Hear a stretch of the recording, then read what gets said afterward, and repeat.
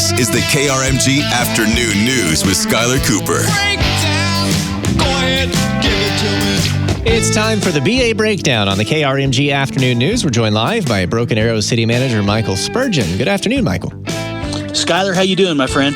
Good. Glad to be with you this afternoon. Got a couple of questions. Number one, dive right into summertime. I was just kind of sitting in the backyard last night. It was nice, not too muggy, and we were considering whether or not we should get a pool. I'm anti-pool. My girlfriend wants a pool. But I was just thinking about how much that water would cost. And I know that you guys get a lot of calls this time of year. Summer comes around. People start asking about their bills. Why is it that the water bills tend to be higher in the summer? Well, that is a very good consideration. Anytime you increase the amount of water you use, it's actually going to affect your bill. We do receive a lot of calls starting about Memorial Day through the end of September.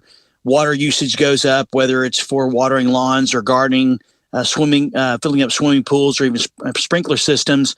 The cost per water actually is $6.14 per 1,000 gallons. And when you start consuming more than just domestic water, which is your everyday water for showers, drinking, washing clothes, and so forth, you're going to consume additional water. And it doesn't take long for a sprinkler system to add up if you use it, a dozen or 2 dozen times a year, depending on how much you use it. And so the water goes up. The cost of the water is going to go up because of the amount of water you used. So this video is hopefully just a reminder of those things that can have an effect, and it does give a couple of conservation measures to consider. Yeah, that'd be good advice for people to see. That I know the city's going to be releasing that, because I often wonder what I can do differently. But I think there's a minimum, right? So if I use no water, there's still a minimum charge. Yes, there is.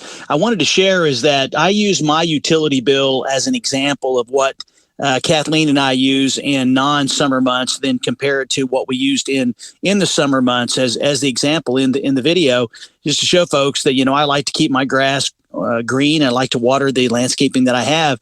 So my bill does go up significantly, and we try to do this every year. And so hopefully this video will be helpful to those that are interested to know. And if they have a problem, who they can contact, and we can take a look at their system to see if there's a leak or an issue with their bill. Live with Broken Arrow City Manager Michael Spurgeon for the BA Breakdown on this Tuesday. Let's talk about the roads a little bit. We tend to do that from time to time. I understand. I saw these figures, and I thought it was pretty interesting, because people have asked us here on this segment before about striping the roads. They've asked us to, ask Broken Arrow if they can, paint 81st Street from here to there, or whatever it is. But I saw the hundreds and hundreds of gallons that your streets department used just last month. So apparently they're working on it. They've been painting a lot of roads. That's exactly right, Skylar. I mean, we're responsible for about 400 lane miles of road that we have to actually paint.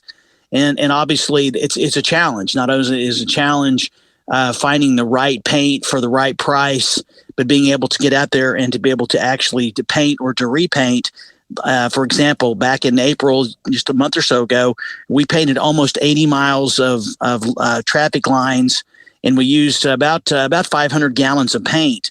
And I can tell you this is that we're looking at alternatives. I mean, I even recommended to the city council during the budget session a couple weeks ago that there is a paint that is more reflective, that lasts longer. Of course, there's additional cost to it, but we're exploring those opportunities. And I believe that we're actually going to find a better solution. So what we do put down will last longer, because we do get complaints from residents in the evenings that can't see whenever they have to turn their lights on. And so we just ask everybody to be patient. I think we've got a solution, and our folks are going to be out there as often as weather permits to be able to make sure we get those lines painted on the streets as well as the intersections. I was driving around between my house and to South Tulsa last night, and I found a road I thought about asking you about, and I realized I was actually in Tulsa. I had just crossed the city line, so not your problem.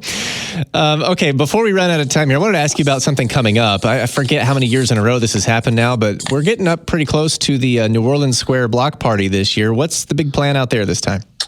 Oh, I'll tell you, we're just a little less than a month away. This will be the 4th year of this family-friendly community event that's being held at New Orleans Square. We've gone from one day for the first couple of years. Now we're going to do 3 nights this year. We've got an amazing lineup of artists coming, music artists coming. We're going to have fireworks on Friday and Saturday this year. So we're talking about 27th is going to be Drake Milligan, who is an up-and-coming a country star that a lot of people know about. And then on Friday the 28th, and then Saturday 29th, we're going to have music. It's going to be basically rock and roll on Friday night. And then we've got both a cover group that's former members of Prince and the Revolutions Band, as well as Chicago Nights. And so we're going to have fireworks on 2 nights, Friday and Saturday. So New Orleans Square will be the place to be in the metropolitan area, and those 3 nights specifically on Friday and Saturday when we shoot fireworks. And so I encourage everybody to come on out. Last year, Skylar, we had close to 35,000, maybe a little bit more people that were there for that event. So we're expecting a big crowd, and we're just trying to grow this event every single year. Michael, thanks so much for joining us. That sounds like a lot of fun, and you and I will talk next week. Have a great week, my friend. Talk to you soon.